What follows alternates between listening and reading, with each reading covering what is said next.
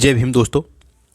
बाबा साहब doctor B are Ambedkar ने बौद्ध धर्म अपना लिया था और उन्होंने बौद्ध धर्म अपनाने की यह घोषणा 20 साल पहले 13 अक्टूबर 1935 को ही पुरंदर स्टेडियम में जो महासम्मेलन हुआ था उसी में उन्होंने ये घोषणा कर दी थी।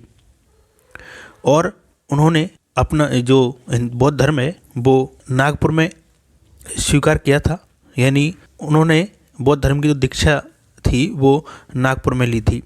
लोगों के मन में यह प्रश्न होगा कि नागपुर में ही क्यों बाबा साहब ने बौद्ध धर्म की दीक्षा ली, तो उसका आज आपको हम जवाब देना चाहते हैं। और बाबा साहब ने अपनी ही पुस्तक में कि हम बौद्ध क्यों बने उसमें यह बात लिखी है। बाबा साहब ने कहा था कि बहुत से लोगों के मन में यह प्रश्न है कि इस महान समारोह के लिए नागपुर ही क्यों चुना गया, अन्य कोई स्थान क्यों नहीं चुना गया। कुछ का कहना है कि शहर में वहीं नागपुर में आरएसएस का जो हेडक्वार्टर है, इसी वजह से वहाँ पर उनकी आंखों में आंखें डालकर बाबा साहब ने ये स्थान चुना है। लेकिन यह बात सच नहीं है दोस्तों, मेरा ऐसा उद्देश्य बिल्कुल नहीं है। नाक को खुजाकर किसी के लिए भी अपशकुन करने की मेरी कोई इच्छा नहीं है और न ही मेरे पास ऐसी निरर्थक बातों के लिए समय है। जो महान कार्य मैंने अपने कंधों पर लिया था वह इतना महत्वपूर्ण है कि उसके संबंध में एक एक मिनट भी मेरे लिए बहुत महत्वपूर्ण रखता है। इस स्थान को चुनते समय कभी भूल से भी आरएसएस का विचार मेरे मन में नहीं आया। जिन लोगों ने बौद्ध धर्म के संबंध में इस देश के प्राचीन काल के इतिहास का अध्ययन किया है उन्हें मालूम है कि भगवान बुद्ध के धर्म को फैलाने का महान श्रेय नाग जाति के लोगों का है। नाग लोग आर्यों के कट्टर शत्रु थे। आर्य और अनार्यों में आपस में कई बड़ी बड़ी लड़ाइयाँ भी हुई और आर्य लोग नाग लोगों का समूल नाश करना चाहते थे। इस विषय में बहुत सी कहानियाँ पुराणों में मिलती है। अर्जुन ने नागों को जलाया था, अगस्त मुनि ने एक सर्प नाग की रक्षा की थी। उसी नाग के वंशज आप लोग हैं। जिन नागों को छल और कपट के पतित बनाया गया था उन्हें उठाने के लिए एक महापुरुष की आवश्यकता थी और वे उन्हें भगवान बुद्ध के रूप में मिले। नागों ने ही सारे भारत में बौद्ध धर्म का प्रचार किया। आप उन्हीं नागों की संतान हैं। वीर नागों की प्रमुख आबादी नागपुर में ही थी। नागों की आबादी के कारण इस नगर को नागपुर कहा गया।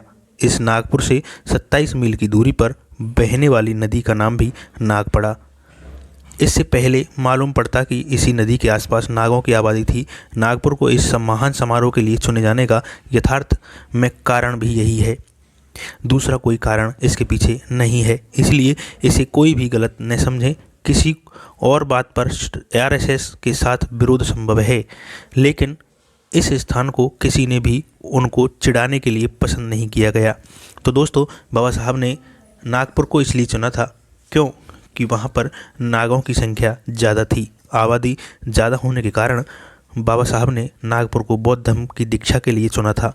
नागों ने, बाबा साहब बताते हैं कि नाग लोग जो थे उन्होंने बौद्ध धर्म का प्रचार पूरे भारत में बहुत ज़्यादा किया था।